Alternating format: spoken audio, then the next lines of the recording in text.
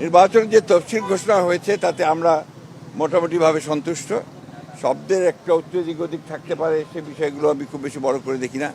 মূল বিষয়টা হচ্ছে যে আজকে 2026 সালের ফেব্রুয়ারির 12 তারিখে যে নির্বাচনের ঘোষণা হয়েছে, একই সঙ্গে জাতীয় সংসদ নির্বাচন এবং গণভোটের নির্বাচন, যেটা আমি মনে করি যে বাংলাদেশের রাজনৈতিক ইতিহাসে নিঃসন্দেহে একটি অত্যন্ত বড় উল্লেখযোগ্য একটা ঘটনা, এবং এটাকে সুষ্ঠুভাবে পালন করা এবং সেটাকে অনুষ্ঠান করা এটা নির্বাচন কমিশনের দায়িত্ব।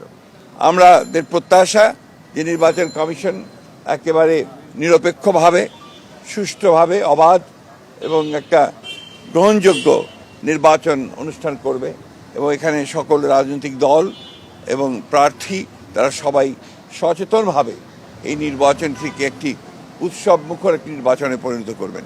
কারণ হচ্ছে যে আমরা সবাই জানি যে বিগত 15 বছর এই দেশে নির্বাচনের নামে প্রহসন হয়েছে, গণতন্ত্রকে ধ্বংস করা হয়েছে।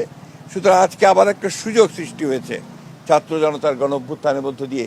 আমরা আজকে একটা নতুন নির্বাচনের মধ্য দিয়ে একটা জনগণের প্রতিনিধিত্বমূলক একটা পার্লামেন্ট আমরা গঠন করতে সক্ষম হব।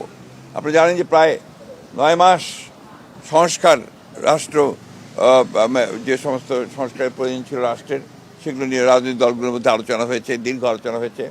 অনেকগুলো বিষয়ে আমরা একমত হয়েছি, কতগুলো বিষয়ে একমত হতে পারিনি, সেগুলো গণভোটের মাধ্যমে আসবে। এবং একই সঙ্গে আমরা মনে করি যে আজকে এই নির্বাচনের মধ্য দিয়ে বাংলাদেশের গণতান্ত্রিক ইতিহাসে একটি নতুন দিগন্তের সূচনা হবে।